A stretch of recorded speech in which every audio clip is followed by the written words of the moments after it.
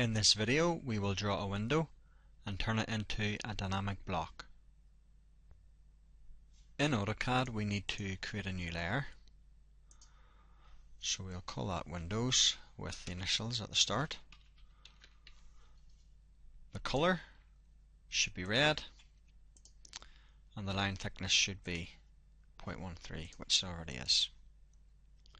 Make sure the layer is current.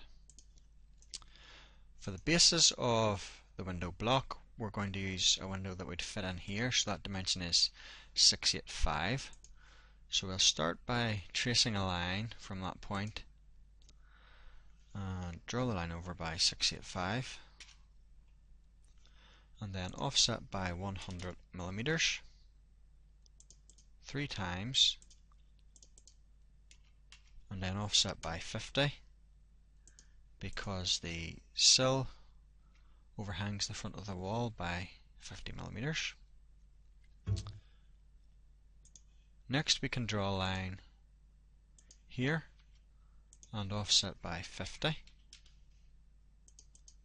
Delete that line and mirror that around the center of the window.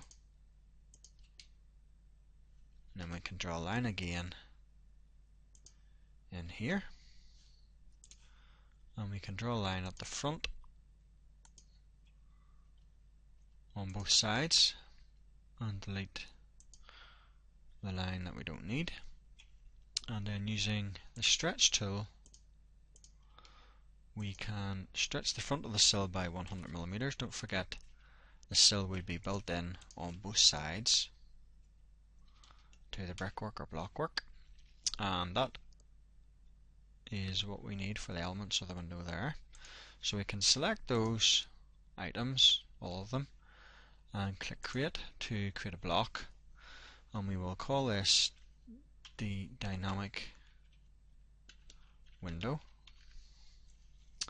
We'll pick a point and just choose one side of the window, and you can see there are 9 objects selected already, so we can click OK. So we've created a block. Next, to turn it into a dynamic block, we can right click and go to block editor, and what we need to do is first of all put in the parameter. So we'll draw a linear parameter from one side of the window to the other and just offset that somewhat. We're not actually drawing a dimension, we're drawing a parameter there.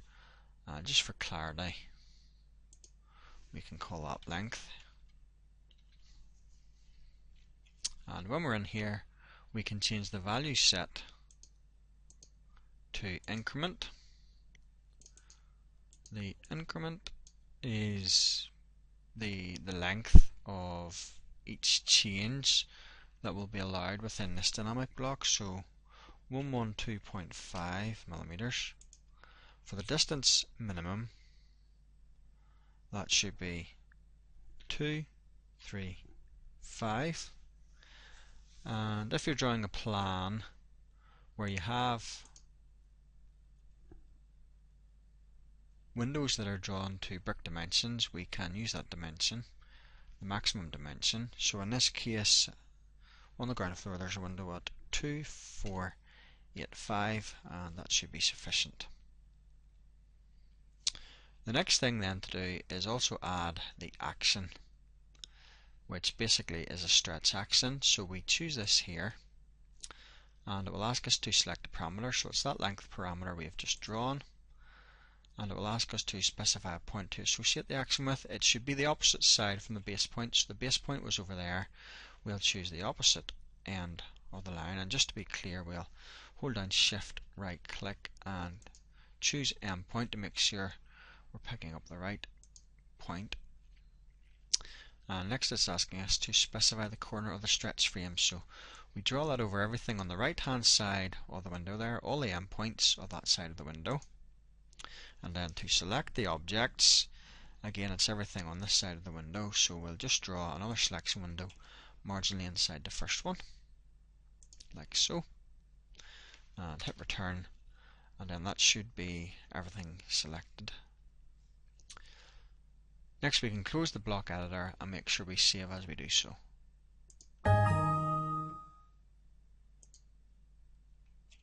Now we have the window, and if you click on the grip point you will see that we can amend the size of the window accordingly. The maximum distance is 2485, the minimum distance 235. So as it is, that's the right size for the window to put into that opening, and then we can copy that around the drawing like so. We can copy that over to the window at the front, and we can then fill that out to the size of the opening, and in a similar fashion then all the other windows can be inserted.